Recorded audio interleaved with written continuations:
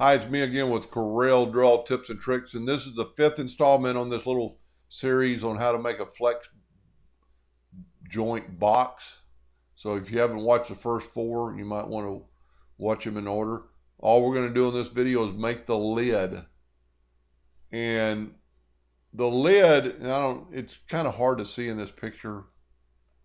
The lid is made up of 2 layers. One is going to go down inside the box.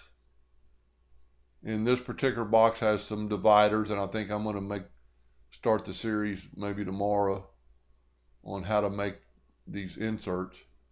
But the lid's going to sit down in the box, and then the outer lid is the same thickness or same width as the bottom of the box. So when it's closed, it looks like this.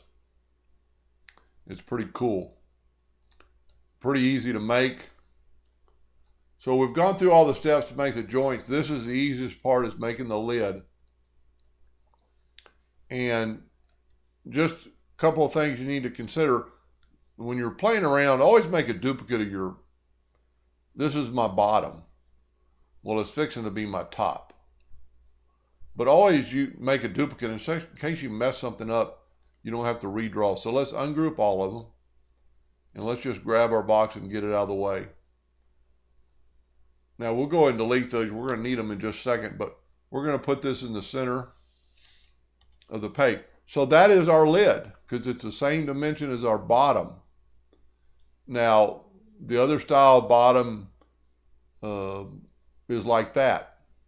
So then you just need to determine how big this is. So let's take a duplicate of this, Control D.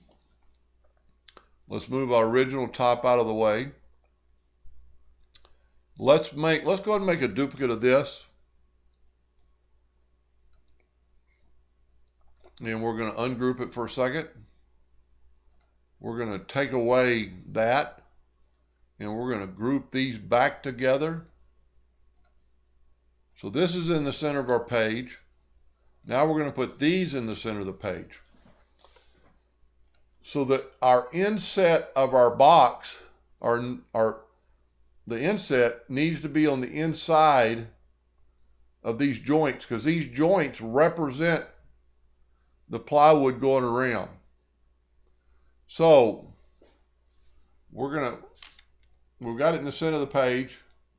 We'll make another duplicate. Well, we don't have to. We got it right here.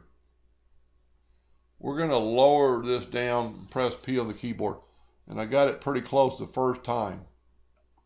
You don't want to be any over. Matter of fact, I couldn't have done that again if my life depended on it. That's pretty close. You might want to actually make it a little bit smaller, but that'll work. Now, with that said, so let's just do this. Let's get these out of the way. So here's our interior. Here's our exterior of the box. That's a pretty good lip. Now, going back to the interior, this curvature might not be the curvature of your box joint. It should be. It should be real close. But these joints are designed to break away. And if they haven't broken, I don't know why I just wouldn't draw them all the way through. But this way it's easier to get them out of the laser bed.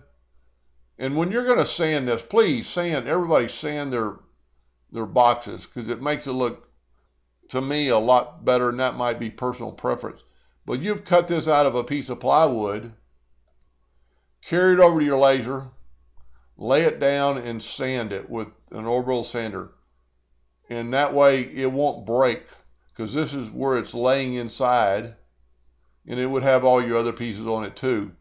But if you can just imagine, this is your excess board. This is what's left over. So an orbital sander is pretty aggressive.